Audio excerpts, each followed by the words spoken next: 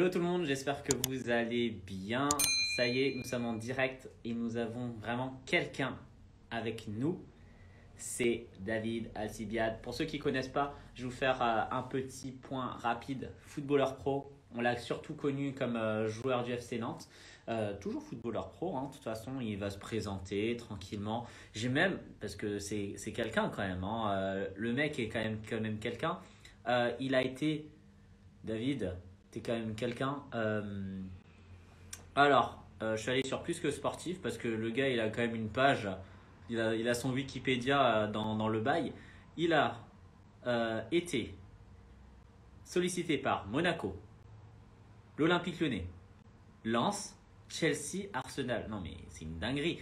Il intègre l'INF, pour ceux qui ne connaissent pas Clairefontaine, et, il se fait un peu repérer à ce moment-là parce qu'il brillait, parce qu'il était trop talentueux et incroyable.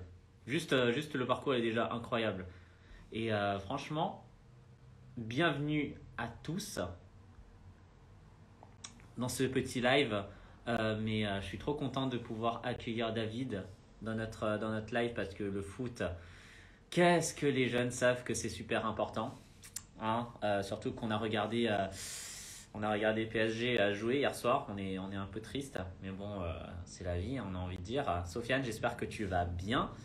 Et ouais, on va sans tarder accueillir notre cher invité dans la maison. En attendant, je vous invite, si vous ne l'êtes pas, à vous abonner, à partager à vos potes qui sont vraiment intéressés par le fait d'être footballeur pro, qui ont vraiment ça à cœur, de le partager. Franchement, c'est vraiment pour ça que David est là.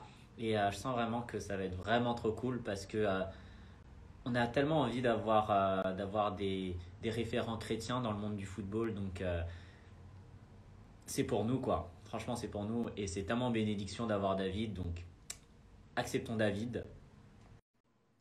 David rentre dans la maison. Hello Gabriela. Hello Cynthia. Manao Naptuko. La malgachée est là. Hey! Hello, Ça va ou quoi? ça va très bien et toi? Qu'est-ce que t'es. Hey, on a déjà des questions. Il y a des. Mec, genre, je t'ai dit, les gars, j'avais posé des questions cette semaine. On parle que des questions du PSG, mais on va y aller doucement, d'accord? Ça va toi? Ça va plutôt. En Pas tout trop cas, dans stressé? le Nord. Non, non, non, non, non, un bon petit moment. De toute C'est façon, bon, tu sais gérer Instagram maintenant, c'est bon, t'as pas besoin de tuto. c'est bon maintenant que tu m'as expliqué, mais bon, ça va. Heureusement que tu m'as invité parce que là, si je devais prendre le relais, là, c'était mort là. D'accord, mais tu fais trop l'ancien, t'as quel âge déjà? Non, ça, faut pas poser ça comme question. David, t'as quel âge déjà, frérot? Moi, j'ai 30 ans. T'as 30 ans? 30 Non. ans. Eh si, ça En fait, passe, hein, le temps. tu commences à être dans l'ancienne génération de footballeurs. La belle Là, génération. moi, Non. personnellement, je préfère cette génération-là parce qu'il n'y a pas toute cette génération TikTok, écran, etc. Mais voilà, on a envie de dire, voilà quoi. Mais bon, bienvenue à UL, Charlie. Oh, on a quelqu'un dans la maison, on a KB Official dans la casa. Hey, Hey, hey, hey. hey. Les gars, on va parler beaucoup de témoignages, évidemment, de David. Si vous avez des questions, hormis parler du PSG hier soir, euh, c'est bien de poser des vraies questions aussi. Il n'y a pas que le PSG dans la vie, hein, il y a Dieu dans la vie. Et voilà, franchement, mec, genre, tu sais, tout à l'heure, je lisais, tu sais, tu t'étais engagé dans Plus que sportif. Si je me rappelle bien, c'est une association de parrainé par Olivier Giroud et David Luiz, je crois.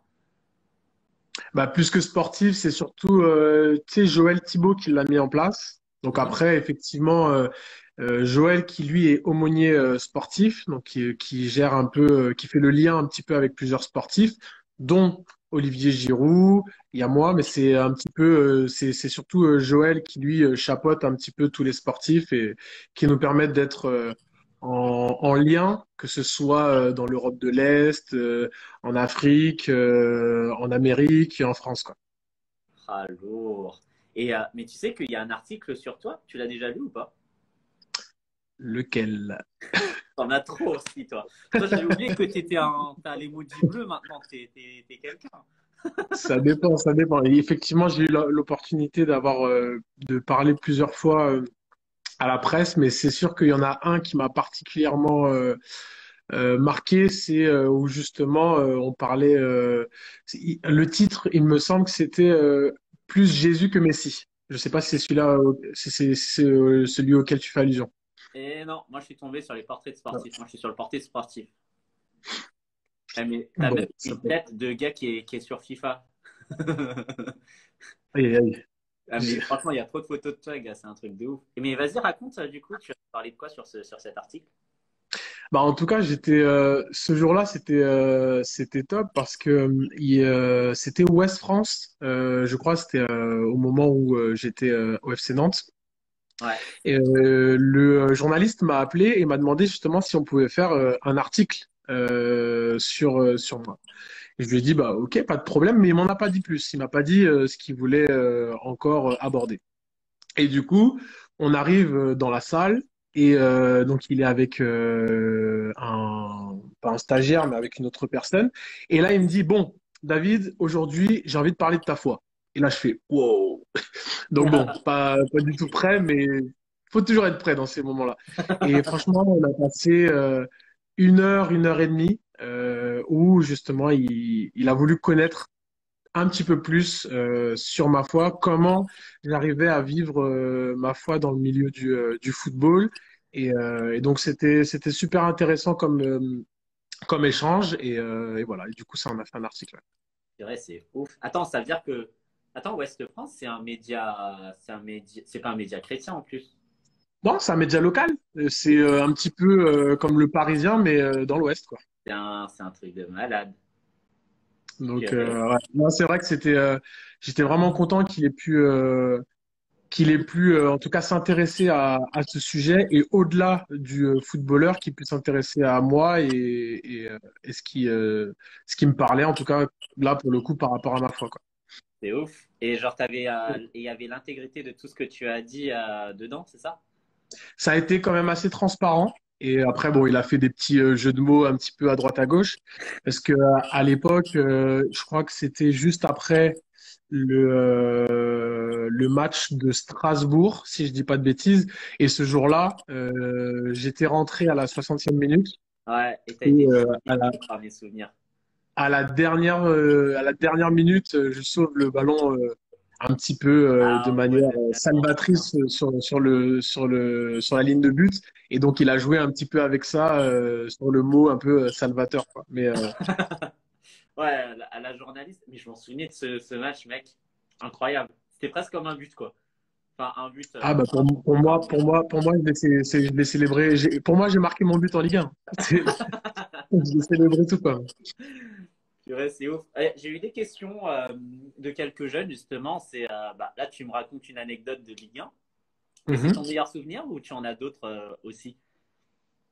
Bah, ça fait partie de mes meilleurs souvenirs. On va dire que bon, il y a toujours le premier pas vraiment sur la pelouse en Ligue 1. Donc ça, c'était contre 3. Ouais. Et ce jour-là, c'était vraiment.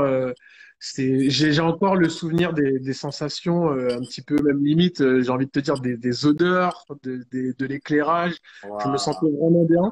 Et ce Mm. jour-là, bon, bah, ça s'est bien passé puisque on a gagné 1-0. En plus, c'était pas évident puisque on jouait 3 chez eux. Et on a vite pris un carton rouge, je pense, à la 25e minute. Donc Mm. là, je me suis dit, punaise, premier match en Ligue 1, titulaire. Et là, on est à 10 contre 11. Ah là là, ça va pas le faire. Mais du coup, voilà, on a tenu le coup. Je faisais un beau match. Et là, vers la fin, je crois vers la 80e minute, je déborde et je mets un centre. Et là, du coup, c'était Emiliano Sala en attaque qui la met au fond d'une manière que lui connaît très bien. Et là, franchement, c'est pareil. C'est des joies qu'il faut le vivre. Il faut le vivre vraiment pour le croire. Et là, vraiment, c'est comme si moi-même je célébrais mon but, quoi. Je dirais, C'est pour moi qui a marqué, bien sûr. Mais là, c'était ça vraiment faisait. des sensations incroyables. Ouais. Ah, c'est incroyable. Ah, mais mec, tu décris trop bien. Du coup, genre, je me mets à ta place. Je rentre dans la pelouse. Ça Mm. doit être un Bah, truc magnifique. moi, je suis vraiment reconnaissant pour Adieu de cette année parce que tu vois, j'ai pas joué beaucoup, Hmm. mais j'ai joué 3 matchs, bon, les quatre matchs titulaires. Il y en a un que je préfère un petit peu mettre de côté, c'était le match en Coupe de la Ligue où on se fait éliminer. Mais les 3 matchs en Ligue 1 titulaires, alors le premier, c'est celui que je t'ai raconté. Mhm. Le deuxième, c'est celui où, à Strasbourg, d'ailleurs, Strasbourg, mais l'une des meilleures ambiances que j'ai jamais vues en Ligue 1. Franchement, c'est juste génial d'être là-bas. Des frissons. J'étais sur le banc avant le match. Les gars Ouais. donnent des frissons, vraiment. Et du coup, le troisième, c'était à domicile. Et là, du coup, c'était vraiment, ça a vraiment été un clin d'œil, je pense, de Dieu, parce que à ce moment-là, j'avais jamais joué encore à domicile avec la Brigade Loire. Et là, Ouais. quand tu vois, tu as tout le peuple nantais qui est en train de mettre l'ambiance à fond. En plus, c'était, pour te dire, le clin d'œil contre Lille, mon club formateur. Donc Ouais, là, c'est ça. j'avais la totale, quoi. J'avais la totale. C'était la totale. Et en plus, t'avais pas n'importe quel coach, hein, je crois. Hein. Ah, j'avais, T'avais j'avais quelqu'un. El Mystère, El Mystère, Mister. coach Ranieri, ouais. Ah, je m'en Non, souviens. c'était génial de pouvoir le connaître et de pouvoir travailler sous ses ordres. Ouais. Ouais. C'était un entraîneur qui savait te donner, son envie de gagner. En fait, dès le début, il est arrivé avec sa philosophie. Et en fait, même si au début, tu te dis tu n'es pas forcément dedans, mais en fait, il arrive à générer toute l'équipe pour que vraiment tu puisses te battre vraiment dans sa philosophie, quoi. Ouais. Donc, il arrive à homogénéiser tout un groupe. On était à peu près 30. Et pour te dire qu'il y a 11 joueurs qui jouent avec Gros 3 groupe, ouais. remplaçants. Hmm. Et il arrivait quand même, la plupart, enfin, quasiment toute l'année, il a réussi à garder tout le groupe concerné, quoi. Et c'est pas évident, tu vois, pour un coach, mais je pense qu'il avait aussi ce côté pair avec nous. Et Hmm. du fait, bon, bah voilà, il y avait aussi un certain âge, je pense que, mais c'était vraiment une personne, voilà, sur le côté humain, il avait vraiment un bon relationnel avec les joueurs. Hmm. Mais d'ailleurs, je m'en souvenais, tu sais, quand j'avais assisté c'était un match de préparation avant la Ligue 1 et t'avais joué d'ailleurs, mais je m'en souvenais que cet entraîneur, il avait vraiment, il dégageait vraiment quelque chose, quoi. Et perso, tu te dis, en plus, il était simple, quoi. Il était juste sur son banc, tranquille, mais il dégageait vraiment il avait de la clairvoyance et de la bienveillance auprès de chaque personne, quoi. Donc, Bah, c'est ce qu'on ressentait en tout cas même quand on a fait des non-matchs, il est jamais venu. Bon, il a déjà tapé du poing sur la table, hein, ouais, mais c'était toujours constructif. Et il nous le rappelait souvent quand on faisait la vidéo, et on en faisait beaucoup, mais à chaque fois, quand il disait des choses, c'était souvent dans une idée constructive. Et ça, j'ai beaucoup aimé en fait les valeurs qu'il prônait. Et voilà, cette année, on a fait une très bonne saison, hein. Très longtemps, bah, première partie de saison, on était cinquième, je crois, cinquième pendant pas mal de temps. ouais, On était sur le podium provisoirement pendant une journée, mais avec notre effectif, c'était pas loin du ouais, miracle, quoi. c'était incroyable. Parce qu'il y avait des gros cadors comme Lyon, Bordeaux, Marseille, toutes ces grosses équipes-là, Nice, Ouais. on était devant à un moment donné. Et enfin, en tout cas, on était sur notre petit nuage. Après, ça a été plus compliqué en deuxième partie de saison, mais voilà. En tout cas, il a fait du bon boulot, Nantes. De ouf. Mais enfin, bref, le monde du foot est. Enfin, t'as trop d'anecdotes à raconter. En fait, On n'a pas encore commencé là, non? non, on n'a même pas commencé. Mec, t'as plein de gens. T'as quelqu'un là c'est Pro Ouli 33. Il dit bonjour monsieur, je suis un fan. Avez-vous un maillot que Ah, mon ami. Là, là, il est loin. Il est loin, ce monsieur. Mais bon, on pourrait en dire beaucoup de choses. On pourrait en dire beaucoup de choses. Je l'ai Mais, connu à Lorient. Il était avec moi à Grande-Sainte. Et là, il est parti dans les pays de l'Est. Et ah ouais. en Estonie, je crois, ou Lituanie, Lettonie, quelque part Et, là-bas. Mais en tout cas, pour l'instant, il retrouve le plaisir de jeu. Donc ça fait plaisir. en tout cas, force à lui, hein, parce que il doit faire froid là-bas. Ah, ça, faut aller lui demander, hein. Mais ouais, gars, une dernière anecdote comme ça ou non, c'était ça, tu l'as déjà dit en anecdote. C'était plus euh, des célébrités qui t'ont vraiment, tu te dis ah ouais, c'est vraiment quelqu'un, genre il m'inspire quoi, genre c'est genre des célébrités que tu connais, genre tu te dis ok, c'est vraiment quelqu'un, ces gens-là quoi, que tu as croisé en coulisses. Une célébrité qui m'inspire. Hmm. Dans le foot, hein, bien évidemment, j'imagine. Oui. Euh, qu'est-ce que je pourrais dire? Bah, en tout cas, moi, je veux parler Emiliano Sala, parce que tu vois, ce joueur, Hmm. c'était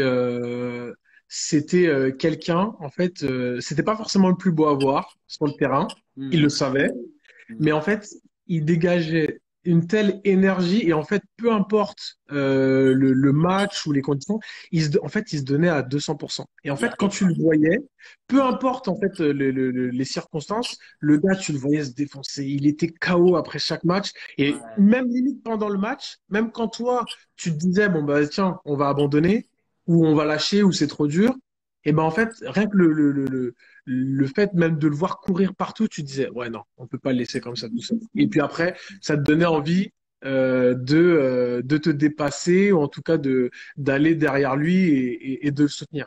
Et ça, ça a été une source d'inspiration, puisque je me disais, voilà, il n'était pas conditionné à ce qui se passait autour, parce que bon, il en a eu des critiques, hein, mais il restait dans l'humilité, et il continuait à bosser, et il donnait son max. Il donnait son max. Donc lui, tu pouvais pas dire qu'il n'avait pas mouillé le maillot.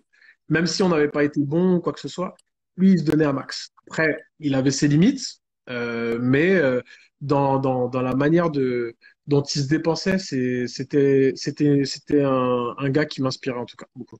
S'il y a de la famille de Emiliano qui voit cette vidéo, ben, sachez qu'on pense à vous, qu'on ne l'oublie pas. Énormément touché le monde du football. Et franchement, moi j'ai envie de vous dire que on vous aime, on prie pour vous et que si vous avez besoin de quoi que ce soit, ben, nous on est là pour vous soutenir, quoi. C'est clair. Et c'était un ami précieux à toi, du coup? Ouais, on passait du temps, bon, pour ma part passé, mais on a passé quelques petits moments en dehors des terrains.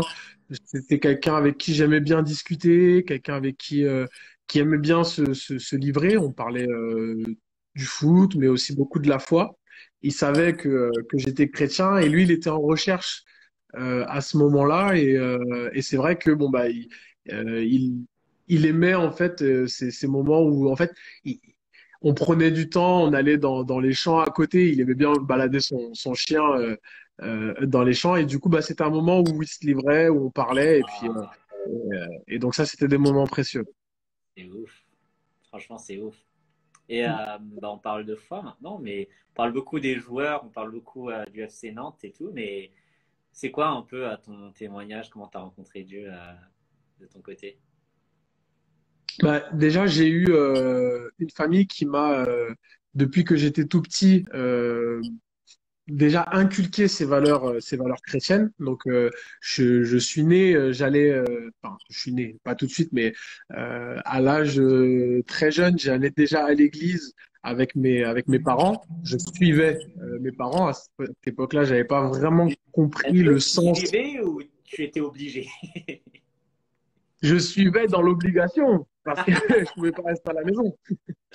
Ça, je pense que beaucoup de jeunes chrétiens on l'ont expérimenté, mais là, pour le coup, c'est vrai que j'allais à l'église parce que bon, bah, il y avait aussi des amis que je m'étais fait là-bas, mais j'y allais surtout parce que mes parents y allaient. Si mes parents restaient à la maison, il n'y avait aucun problème. Une petite grasse mat de plus, et il n'y avait pas de souci. Mais du coup, j'ai grandi. Et c'est à l'âge de 8 ans où vraiment j'ai donné ma vie à Dieu, et j'ai compris le sens même de ce que c'était d'avoir Jésus dans sa vie. Et j'ai donné ma vie à Jésus à ce moment-là, à l'âge de 8 ans. J'ai compris vraiment ce qu'était l'évangile, en fait, la bonne nouvelle. Donc j'ai accepté de suivre Jésus et je l'ai reconnu comme Seigneur, comme maître de ma vie et j'ai eu cette repentance, le fait de dire bon ben voilà, je reconnais que je suis pécheur et que voilà, sans Jésus que je ne suis rien. Donc c'est à ce moment-là que j'ai donné ma vie à Christ T'avais 8 et ans, c'est à tu m'as l'âge dit? de 8 ans, ouais, 8 ans. Waouh! Et à l'âge de 14 ans, c'est à ce moment-là que je me suis fait baptiser. Voilà, je me sentais prêt en tout cas à prendre les eaux du baptême et à cette époque-là, bon bah voilà, c'était ce moment où j'ai pris les eaux du baptême. Et c'est quand que tu as eu ce déclic en mode ouais, genre Seigneur, je sais que tu existes et je vais vraiment te suivre tout le temps, tu vois? Ça a été quand ce déclic que tu as eu là? Bah, tu sais, comme je te disais, voilà, mes parents ils m'ont donné cette éducation chrétienne. Donc souvent, on faisait des petits moments où mes parents me donnaient des petits enseignements de la Bible ou en tout cas, voilà, on passait des petits moments en famille. Et un jour, je me rappelle, on était dans ces petits moments et j'ai vraiment, comme si j'ai compris le message vraiment de cette bonne nouvelle, et j'ai voulu vraiment donner ma vie à Jésus. J'ai compris que c'était important et que j'avais besoin de donner ma vie à Jésus et que bah, sans lui donner, enfin voilà, c'est à ce moment-là que j'avais compris ce message, quoi. Ouais, c'est ouf. Et, Mm. et qu'est-ce que je voulais dire? Moi, ce que j'aime trop, c'est que après, en fait, tu as continué à faire sa volonté en fait tout le long de ta jeunesse. Tu l'as suivi tellement jeune et tu as continué à poursuivre les rêves qu'il a déposés dans ton cœur. Et c'était footballeur pro du coup. Alors, j'ai continué à suivre. Je sais pas si réellement j'ai continué à vivre dans sa volonté. C'est-à-dire qu'effectivement, je me suis fait baptiser à 14 ans. J'ai continué à vivre dans le football et ça, merci Seigneur, parce qu'il m'a donné aussi cette capacité-là et ce don-là. Et donc ça, c'était top. Mais du coup, très vite, j'ai voulu vivre par mes propres moyens, vivre avec aussi les plaisirs de ce monde. Donc, et le foot donnait beaucoup de plaisir, tu sais, que ce soit les fêtes, les filles, les soirées. Enfin, il y avait L'argent. plein de choses que l'argent, il y avait plein de choses en fait que le monde nous donne et que aussi qu'on voit de plus en plus de manière palpable dans le monde du foot. Et ça, tu vois, même en étant chrétien, j'ai été attiré par ce genre de choses. Donc, je voulais d'un côté avoir ma relation avec Dieu, mais d'un côté, je voulais aussi avoir ce pied dans le monde. Et en vrai, bon, bah là, j'étais pas forcément, je pense, dans la volonté de Dieu et j'ai fait longue route en étant dérouté et en vivant tout simplement par mes propres plaisirs et les choses que moi, je pensais être bonnes.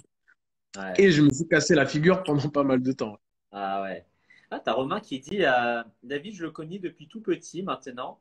Il me voit grand et évolué et fier de son parcours. Ses parents sont juste adorables et d'une gentillesse énorme. Ah, c'est Romain, trop bien. Il te fait un coucou. Je sais pas qui c'est un Salut ami. Romain. Oui, oui, oui, bah, depuis Choisy-le-Roi, effectivement. Ah Depuis ouais. Choisy-le-Roi, j'ai commencé mes classes déjà en région parisienne, dans le 94. Et c'est vrai qu'on se connaît depuis longtemps. Ouais. Et après Choisis le Roi, c'était là que tu as commencé à être à l'INF et puis après t'en. C'est après, c'est à ce moment-là. C'était à l'âge de 12 ans. 12 ans. Parce que comme tu l'as dit dans ton introduction, au tout départ, j'avais été le premier club qui s'est intéressé à moi, c'était le RC Lens. C'était à l'âge de 9 ans. Sauf que là, pour mes parents, c'était inconcevable que je parte aussi loin du foyer familial, quoi. Donc à 9 ans, je devais être à 3 heures de route de mes parents. Et donc là, pour eux, ils disaient non, il est pas prêt, quoi. Il est pas prêt. Mais ils avaient raison, et tant mieux. Et du coup, on a trouvé cette solution. Et donc, l'INF Clairefontaine, qui au final était le pôle espoir, la référence en France. Et du coup, ça me permettait d'aller à l'école et en même temps au foot la semaine, d'être en pôle espoir et de revenir le week-end à la maison. Donc c'était un bon compromis. Ouais.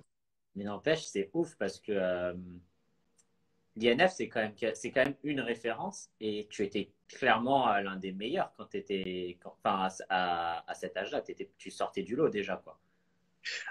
Je me rappelle que mon coach a dit une chose de moi. Il dit, bah, j'étais pas forcément le meilleur, parce que c'est vrai que si je te donne quelques noms, il y a beaucoup de joueurs qui aujourd'hui sont en Ligue 1 ou dans des autres championnats, mais qui ont percé beaucoup plus que moi. Mais il me disait de moi que j'étais le plus travailleur. Donc ça, c'était et du fait que je suis arrivé. Moi, j'étais grand, je courais vite, donc je me basais que sur ça. Et en fait, j'ai beaucoup travaillé ma technique, le plus de maîtrise avec le ballon. Mais quand je suis arrivé à Clairefontaine, en fait, je me basais sur ce que j'avais déjà. Et effectivement, ça faisait la différence à cet âge-là.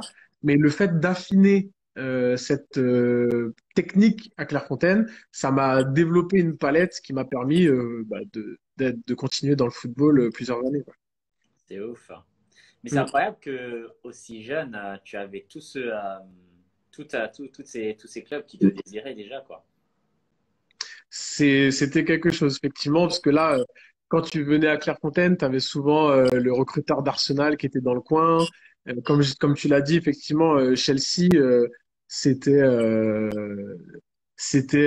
il s'était à un moment donné intéressé à moi. Et ce qui est drôle, c'est que j'en ai quand même de vagues souvenirs. C'est plus mon père qui m'a rappelé un petit peu tous les détails. Mais je pense que mon père a fait quand même pas mal de filtres, surtout quand tu es jeune. Parce que quand tu es jeune, tu vois qu'il y a toute cette sollicitation. Ça peut vite te monter à la tête et après de perdre pied. Donc, il m'a protégé dans un sens.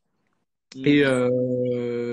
Et après, à un moment donné, on a dû quand même se positionner parce que Ah, euh, effectivement, à l'époque, le téléphone, il sonnait souvent. Donc là, mon père, il a dit non, sérieux? non, non, on Ah peut ouais, pas c'est vrai qu'à continuer ça. l'époque, il n'y avait pas des réseaux sociaux, c'était pas comme Non, non, maintenant, non, c'était le là, c'était téléphone. téléphone fixe. Et Et donc, ça appelait ça souvent à la maison. Et il a dit non, faut qu'on se positionne et qu'on arrête tout ça, quoi. purée, c'est ouf. Mais incroyable ton histoire de foot, quoi, de footeur, hein. Et tu avais toujours eu ce rêve d'être footballeur professionnel, toi? On va dire que à l'âge de 10 11 ans, c'est vraiment là que, en rentrant à Clairefontaine, que je me suis dit, ouais, je veux être footballeur professionnel et que je veux en faire mon métier, quoi.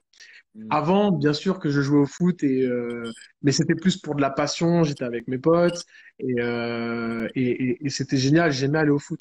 Mais vraiment, à l'âge de 12 ans, je me suis dit, ce serait chouette quand même de pouvoir en faire mon métier, quoi. Hmm. Et c'était vraiment un rêve que Dieu t'a déposé? Tu le sentais au plus profond de ton cœur? Ou c'était en disant, ouais, genre, c'est mon rêve à moi, et puis.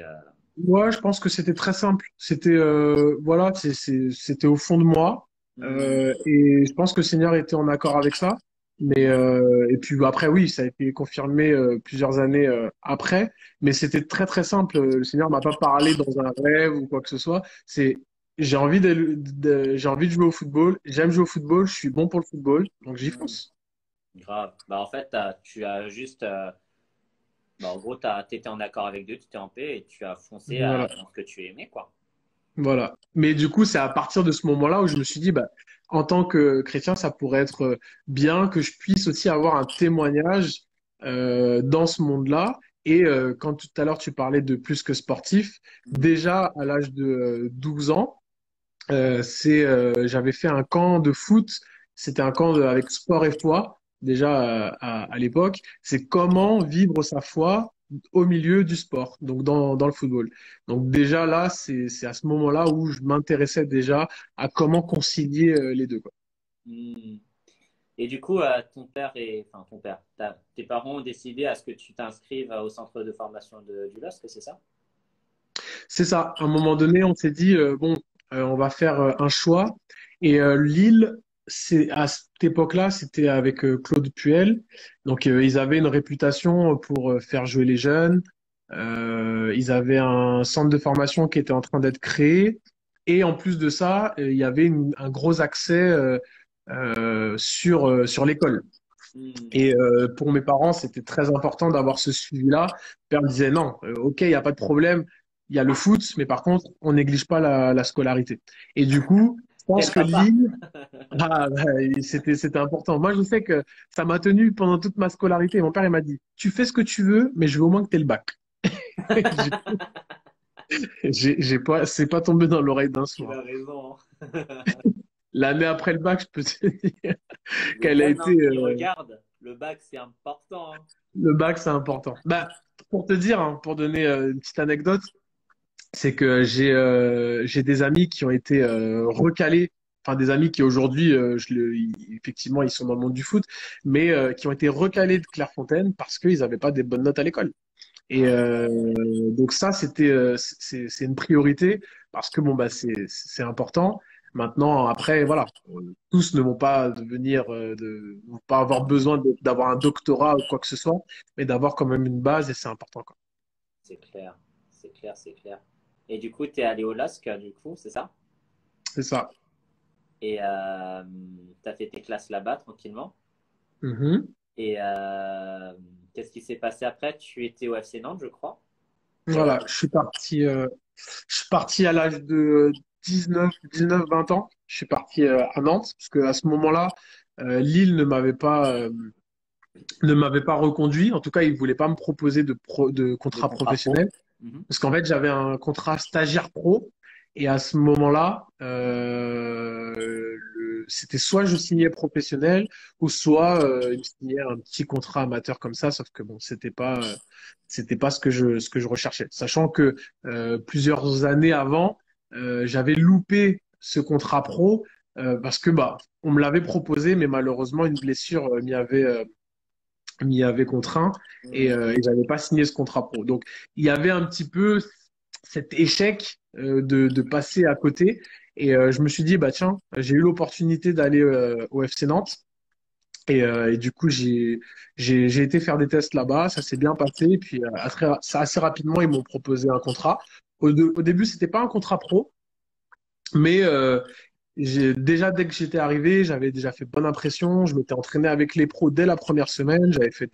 J'avais des bons retours. Donc, je me suis dit, tiens, il y a moyen peut-être que s'il y a des choses qui se passent là-bas, quoi.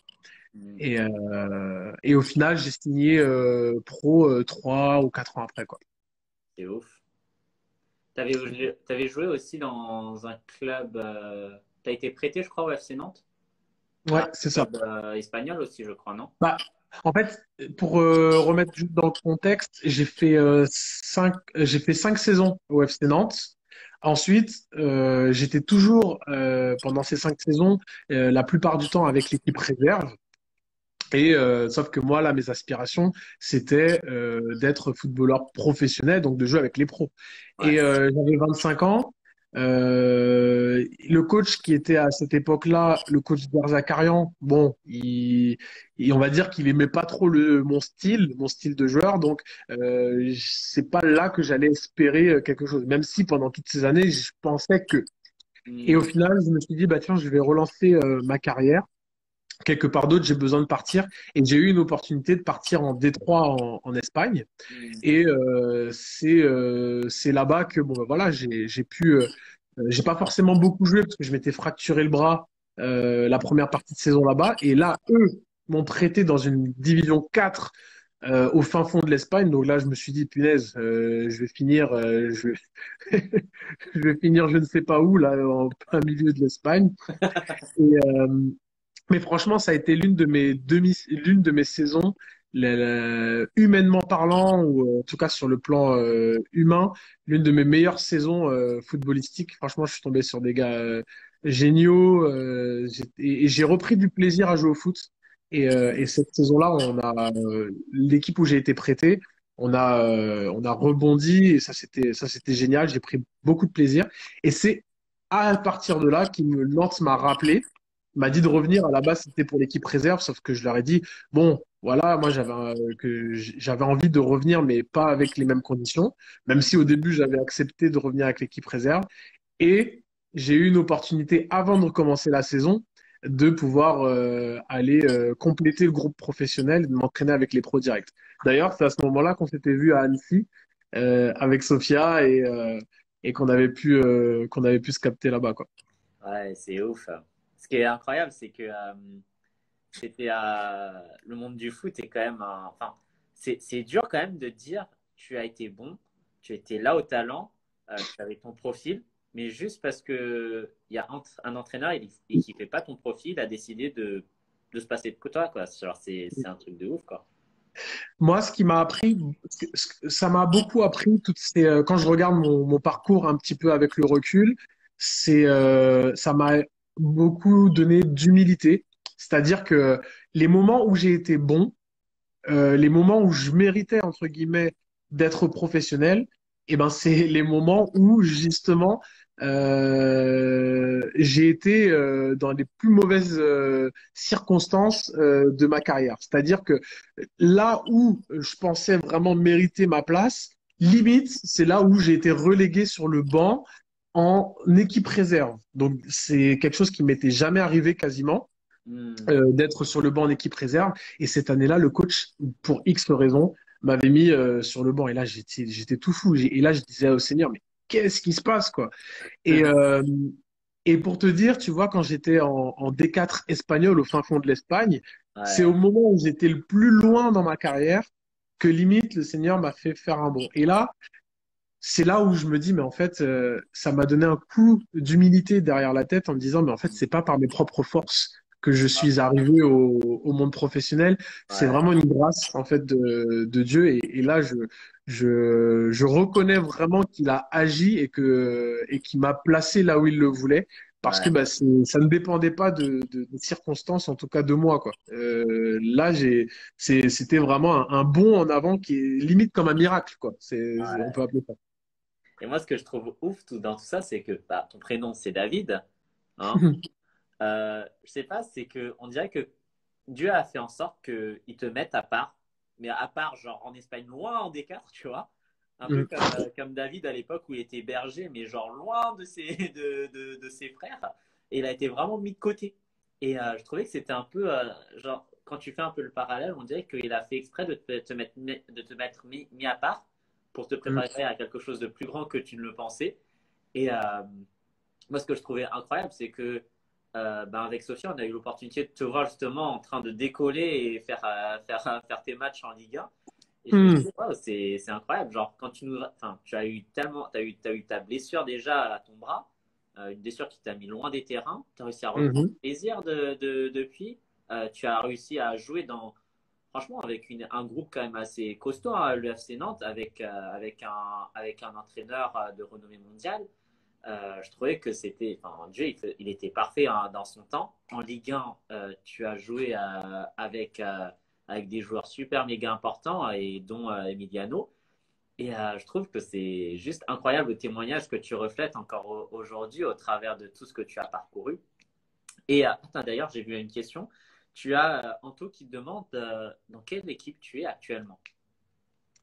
Alors aujourd'hui, je suis à Grande-Sainte, donc c'est à côté de Dunkerque, dans le nord de la France. Donc c'est une équipe de plus petit niveau. C'est R1. Pour ceux qui connaissent pas, c'est l'équivalent de la sixième division.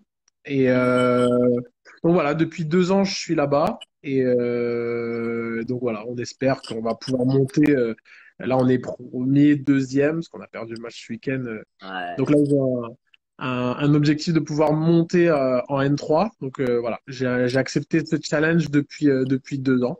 Et voilà. Entre-temps, entre le FC Nantes et le nord de la France, un bel événement est arrivé, c'est que tu as rencontré ta femme. C'est ça, c'est ça. Ça fait 3 ans qu'on est mariés. Enfin, bientôt 3 ans. Ça fait 2 ans, 2 ans et demi. Et c'est vrai que elle habitait sur Brest. Donc, on s'est mariés l'année où j'étais, l'année juste après ma dernière saison au FC Nantes. Et à ce moment-là, on s'est mariés, mais on n'habitait pas ensemble. Donc moi, l'idée, c'était de me rapprocher le plus près d'elle. Bien Mm. sûr, j'avais essayé de tester avec Brest, mais ça s'était pas fait parce que j'avais pas joué pendant 6 mois à cause d'une blessure au genou. Et donc j'avais profité de cette coupure pour me soigner un genou qui m'embêtait depuis un petit moment. Mhm. Et du coup, c'est à ce moment-là, j'ai signé à Saint-Malo. Et Saint-Malo, c'est toujours en Bretagne, mais ça restait à 2 heures et demie de Brest. Donc, pour te dépeindre un peu le tableau, première année de mariage, on vit pas ensemble, on se voit que le week-end. Donc, c'est chouette un instant, mais sur le Ouais, long terme, c'est c'est relou, quoi. compliqué. Donc, nous, on était un peu sur notre nuage après le mariage. Donc, on s'est dit, OK, pas de problème, ça va, on va gérer. Au bout d'un mois, on a dit help us Jesus parce que on Ah, n'en pouvait ouais. plus. C'était trop compliqué, il fallait faire la route, on se voyait que trop peu. Et c'est Mhm. vrai que ça a été vraiment difficile. Ça a été un moment compliqué. Donc on a vraiment prié. C'était au mois d'octobre, alors 2019, si je dis Mhm. pas de bêtises, où on a vraiment fait comme un cri à Dieu. On a dit, Seigneur, mais on a besoin que tu nous aides parce que là, dans ce moment-là, on n'y arrive pas. On n'arrive pas à gérer et donc on a besoin enfin, que tu nous trouves une solution, quoi, en gros. Mhm. Et du coup, bah, c'était l'année où, après, non, 2018, fin octobre 2018, et en 2019, du coup, c'est là où il y a eu le confinement et tout ça.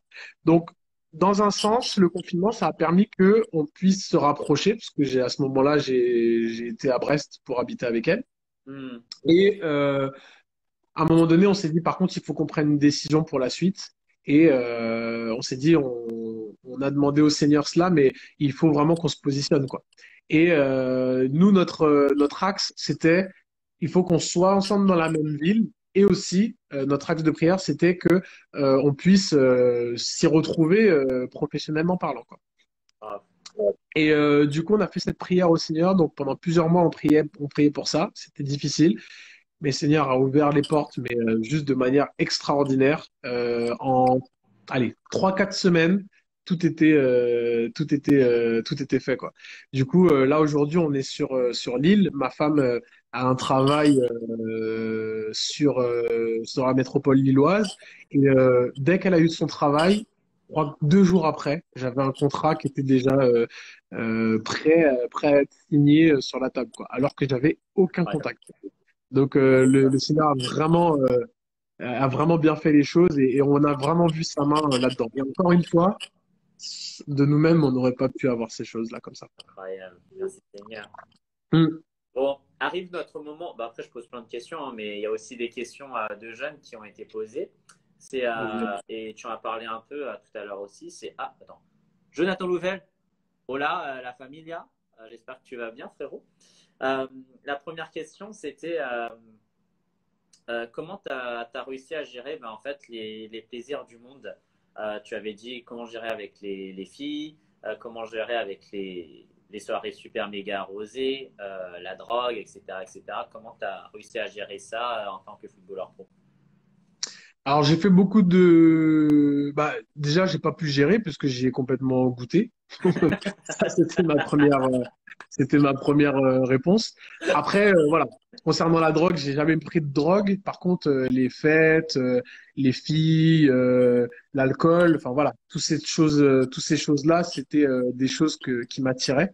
Hmm. C'est qu'à un moment donné, j'en ai eu marre de me casser la figure, j'en ai eu marre de toutes ces choses, parce qu'en fait, c'était des plaisirs éphémères. Et, Hmm. euh, et je voyais que je fonçais droit dans le mur, et à un moment donné, je me suis mis face à Dieu et j'ai dit, Seigneur, j'en ai marre de tout ça.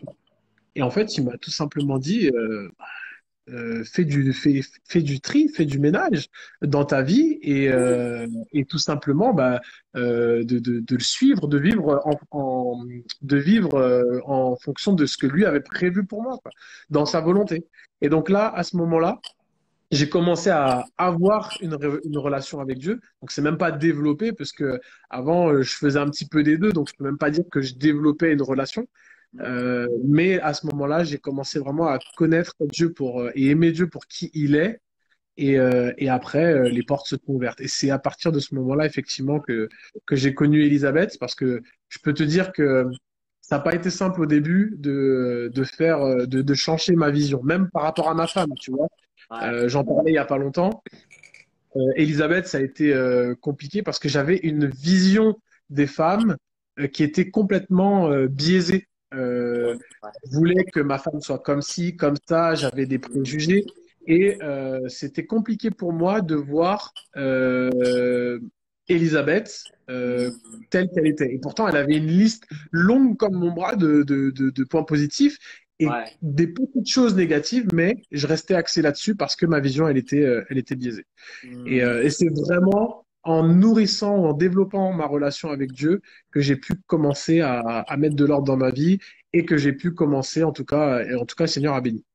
Voilà, c'est ça que je peux dire. C'est ouf. Du coup, ben, pour tous les jeunes footballeurs, mariez-vous, trouvez la bonne femme. J'ai envie de dire, nourrissez la relation avec Dieu et puis après, ça viendra, effectivement. Ouais. Je rigolais évidemment. Mais Ben ouf, oui, ouf. Et, franchement, faut qu'on la rencontre, ta femme, frérot. Faut qu'on. Avec ah, Sophia, elle est géniale, elle est géniale. franchement, Et tu vois là où je me dis où le Seigneur il est fort, c'est que souvent je me dis bon bah tu vois faire la volonté de Dieu. Parfois on peut penser que tu vois c'est être c'est faire des sacrifices, c'est se restreindre. Et au final quand je connais Elisabeth maintenant, quand je sais que Seigneur m'a donné Elisabeth et enfin, aujourd'hui, je découvre une nouvelle facette de moi et je découvre une femme encore plus belle que je ne connaissais dès le début, quoi. Et en fait, ce que j'aime, c'est que elle me permet de voir la vie différemment et je découvre des choses que je ne connaissais même pas avant. Et tu vois, c'est des choses, et des choses que j'aime. C'est ça le truc.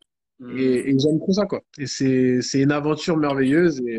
Et qui plus est, avec elle, c'est la vie est simple. Je le dis souvent, la vie est simple, donc c'est pas toujours évident dans le couple, mais franchement, merci Seigneur parce qu'avec elle, ça se passe très bien. Alors, franchement, merci Seigneur. Et ce que j'aime trop avec toi, c'est que tu rends tellement. Enfin, tu fais juste être témoignage en fait de ta vie, autant en dehors du terrain que sur le terrain. Et, Mm. et beaucoup, ce qu'on a beaucoup aimé, et je pense que beaucoup de gens l'ont aimé quand on te voyait en Ligue 1, c'est que tu étais un combattant, tu as été super pro, tu encourageais tes coéquipiers et c'est super rare. Et la question que se posaient les jeunes, c'est comment tu dois te comporter quand tu as 3000 personnes, enfin 3000 clubs qui te sollicitent, 3000 opportunités. Quel est le meilleur choix dans tout cela à faire, quoi? Bah, c'est sûr que prendre une décision, faire un choix, c'est pas toujours évident. Mais ce que j'ai appris avec le recul aujourd'hui, que ce soit pour ma femme ou pour les directions, c'est que le Seigneur, en fait, il, enfin, il va nous accompagner dans notre situation. Que tu ailles sur le chemin A, sur le chemin B, sur le chemin C, en fait, si tu fais quand même les choses dans sa volonté, il va aller avec toi. Il va pas te dire va sur le rouge, va sur le bleu, va sur le vert. C'est que tu as les trois, et il va t'accompagner là où tu vas. Bien sûr, il y a un chemin, il y aura des chemins où quand il voudra pas que tu ailles, il va te le dire et là, il faudra être obéissant. Mais il y a des moments, il nous laisse le choix et on est libre. Et c'est ça qui est beau avec la foi, c'est que on est libre et dès qu'on reste dans sa volonté, en fait, le Seigneur nous ouvre des portes et après, bah, c'est à nous de les saisir. Mais aujourd'hui, on est à Lille, merci Seigneur, mais peut-être que si on avait décidé d'aller à Lyon, peut-être qu'il y aurait eu autre chose et il n'aurait pas été contre. Ou à Nantes ou à Paris, mais en tout cas, voilà. Mais il nous a ouvert des portes à Lille, on a foncé et il est avec nous. Et donc aujourd'hui, quand tu as des sollicitations, le fait de faire des choix, c'est euh, de remettre déjà en prière ces moments-là. Moi, c'est ce que je fais, en tout cas quand j'ai des choix à prendre. Donc, soit effectivement, il me sensibilise, ou en tout cas, et j'ai à cœur plus un endroit qu'un autre. Après, je lui dis, bon, ben voilà, Seigneur, j'ai ça, qu'est-ce que tu en penses? Et effectivement, si la voie, ben, c'est vert et qu'il ouvre la voie, ben, je continue. Et c'est à moi aussi d'être attentif. Si parfois il met des stops, faut pas que je sois trop têtu, quoi.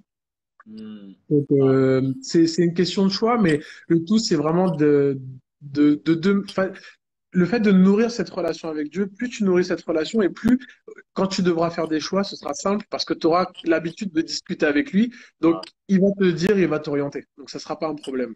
ah. Bah, en fait, c'est simple, plus tu passes du temps avec Dieu et plus tu auras la sagesse de Dieu avec toi et plus tu auras le discernement de prendre les meilleurs choix pour ta C'est vie. ça. C'est ce que j'ai commencé à comprendre, en tout cas, pour le moment. Pour le moment, bah, j'ai envie de dire, t'as ses pères, frère aussi, hein. Donc, Mm. c'est grave ouf, tu vois, de partager genre juste ce parcours de malade. Le rêve de footballeur, il y a tellement de gens qui ont envie de courir après ça et t'as réussi à l'accomplir sur la volonté de Dieu, quoi. Mm, mm, Et mm. j'ai une autre question aussi, c'est, bah, tu as parlé un peu de blessures. Il y a des jeunes et ils ont dit comment tu as fait pour gérer justement le fait d'être blessé et quand tu es blessé, qu'est-ce que tu as fait pendant ces moments-là? Qu'est-ce que tu faisais quoi pour sortir un peu de cette blessure parce que tu es éloigné loin des terrains, tu es frustré, tu mords, tu broies du noir quoi. Qu'est-ce que tu fais toi? Bah, c'est pas évident parce que sachant que j'ai eu beaucoup d'expériences différentes, sachant que j'ai eu beaucoup de blessures dans ma carrière, malheureusement. Hmm. Mais dans ces moments-là, c'était un petit peu comme mon petit désert, dans des moments où ça me rappelait ma fragilité et je me disais, euh, je profitais en tout cas de ces moments-là pour essayer de me rapprocher de Dieu. Et les moments où je l'ai fait, effectivement, même les difficultés qui étaient réelles, c'est-à-dire que j'étais éloigné des terrains, donc je faisais pas mon métier, donc c'était difficile, mais j'avais cette paix quand même parce que bon bah le Seigneur me donnait cette paix dans ces moments. Donc je peux pas ça veut pas forcément dire que dans toutes les blessures, j'étais là en train de prier tous les jours, tout le temps, H24. Non, ça veut pas forcément dire ça. Mais dans les moments difficiles, parce que c'était des moments où on n'aime pas être en tant que footballeur à l'extérieur, je me disais, ben, euh, comment est-ce que cette frustration, je peux la gérer? Et la plupart du temps où j'arrivais à la gérer, c'est en me rapprochant de Dieu et en laissant toute cette frustration à ses pieds, quoi. C'est la manière aujourd'hui dont j'ai réussi à travailler ça. Parce qu'en fait, quand j'étais plus jeune, j'arrivais pas à gérer ça. C'était parce que mon identité, en fait, elle était dans le football. Donc, si dans le football, ça se passait bien, toute ma vie, elle n'était pas bien. Hmm. Et dès que ça se passait très bien, aucun problème. Par contre, justement, le fait de travailler cette identité en Christ, le fait d'être assuré que mon identité, elle n'était pas dans le foot, donc c'était plus dans ma foi. En fait, peu importe que je gagne, que je perde, que je sois blessé ou que je sois pas blessé, en fait, ça ne changeait pas la donne dans ma vie. Je me voyais toujours le même. Je perdais pas ma valeur. Par contre, cette difficulté d'être en dehors des terrains, je remettais tout ça entre les mains de Dieu et il me donnait sa paix. Effectivement, c'est ma force, surtout dans ces moments-là de difficulté. Lourd. Incroyable tout ça, tout ce partage. Mm. On arrive bientôt à la fin de notre live déjà. Enfin, le temps il passe trop vite. Bon, j'ai essayé de filtrer les questions du PSG, David. Mais bon, j'ai laissé celle-là parce que je me dis elle pourrait être fun pour terminer sur ça. Mais est-ce que tu connais des joueurs du PSG? Oui, Oh, Idrissa Gueye. Idrissa Gueye. Oh, waouh. Oui, on a joué ensemble dans la réserve, à la réserve du LOSC. Puis, Incroyable. quand il est arrivé de Jambar, on jouait ensemble. C'était déjà un super joueur. Donc, c'est tout à fait normal qu'il soit aujourd'hui à cette place. Donc, je suis vraiment content pour lui. Ouais. Ah, bah écoute, est-ce que tu aurais un encouragement pour lui s'il nous regarde sur ce live, si jamais il tombe sur ce live? En tout cas, je lui dirais beaucoup de courage parce que je me mets à sa situation avec toutes ces... parce que bon, on a vu le match hier. C'est dur de perdre, surtout dans cette circonstance et en connaissant le background avec le PSG en Ligue des Champions. Donc beaucoup de courage, de force dans ces moments où bah voilà, t'es dépité quoi. T'as l'impression limite que là la saison elle est finie. Et donc voilà, de la force, du courage et de continuer à persévérer. C'est pas Ah, évident, mais la persévérance. En tout cas, Idrissa, si tu nous vois, sache qu'on t'aime et que ben, on te donne de la force là où tu es. Dieu t'aime et on est trop honoré de pouvoir voir que tu vois ce live. Sois encouragé. On sait que c'est pas facile. T'es l'élite de l'élite. T'es dans l'élite de l'élite et on croit vraiment que Dieu fera son œuvre au travers de ta vie, quoi. Voilà. En tout cas, j'ai rien d'autre à rajouter. David, merci beaucoup pour ce temps. On a Avec une grand plaisir. vie de ouf. Là, je pense que tu as un programme après, c'est ça? Ouais, là, je vais déjà chercher ma femme au travail. Et puis après, ouais, on a une invitation. Grave. Bah, la femme, premier ministère, hein, c'est important. On connaît, hein. Euh, Moi, j'avais juste à cœur de compris pour deux choses. Est-ce que tu serais chaud de près pour bah, tous les jeunes qui ont vraiment à cœur de devenir joueur professionnel Mhm, et prêt pour la famille de Emiliano? Maurice, mhm. t'en penses quoi? Pas de souci. Let's go. Je te laisse l'idée. T'es le Vas-y, je t'en prie. capitaine du navire. Bon. Bon, en tout cas, merci Seigneur pour ce moment. C'était un chouette moment. Merci pour toutes les personnes qui ont pu écouter ce live. Je te prie vraiment pour tous ces jeunes qui aujourd'hui bon, bah, ont cette aspiration sûrement de devenir footballeur professionnel. Je te prie vraiment qu'ils puissent avant toute chose pouvoir vraiment développer cette relation avec toi et que vraiment tu puisses les mener dans cette direction vraiment avec ton onction et qu'ils puissent vraiment être remplis de toi parce que c'est vrai que c'est de super moments, une super expérience, mais tu as besoin de nous envoyer là-bas armés de toi. Et je te prie vraiment que tu puisses permettre à tous ces jeunes de pouvoir expérimenter cette relation avec toi et que tu puisses les envoyer vraiment comme, euh, comme une flèche vraiment dans ce monde du foot. Et merci encore pour les dons et les talents que tu as donnés et que vraiment ce soit pour ta gloire. Et je te prie également, Seigneur, pour la famille de Emiliano, et je te prie vraiment aujourd'hui vraiment de les renouveler encore vraiment dans leur cœur. J'imagine que c'est encore douloureux, encore cette perte qu'il y a eu de leur enfant. Et je te prie vraiment de les accompagner, je te prie vraiment de les ressourcer, je te prie vraiment que tu puisses être avec eux dans ces moments sûrement encore pénibles et douloureux à penser. Et je te prie vraiment qu'ils puissent trouver en toi ce réconfort. Merci encore pour ce Dieu que tu es. Merci pour ton Fils Jésus. Merci parce que tu as donné ta vie à la croix pour nous, par amour pour nous, et que peu importe ce qui se passe ici, merci pour cette espérance que nous avons en toi de la vie éternelle. Amen. Amen, amen, amen. Laure, les amis. Oh, 19h30, t'as vu comment on a respecté le temps ou pas? C'est beau, c'est beau. J'aurais Incroyable. pas pu parler. Les amis, on va vous quitter. Si jamais vous avez vraiment des questions par rapport à tout ce qui est parcours pro et surtout et que vous avez besoin d'aide, n'hésitez pas. Je laisse ton Instagram, David, ça te va? Hein. Pas de problème, pas de Voilà, problème. David, il est là. Nous aussi, on est là. N'hésitez pas à vous abonner à David. David, tu fais toujours tu fais quelque chose derrière en plus du foot. Je sais que tu fais un site web confiné mais désespéré, je crois, c'est ça? Il y a ça aussi. Il y a eu une petite partie où on a fait confiner désespéré. Ça, c'était pour le confinement. Bon, aujourd'hui, on est libéré. Donc là, maintenant, on fait d'autres projets. Mais ça mériterait un autre live. Mais là, effectivement, je prépare un live. Je prépare un projet et ça s'appelle La Cahute Lilloise pour ceux qui veulent. Donc là, c'est bientôt en lancement.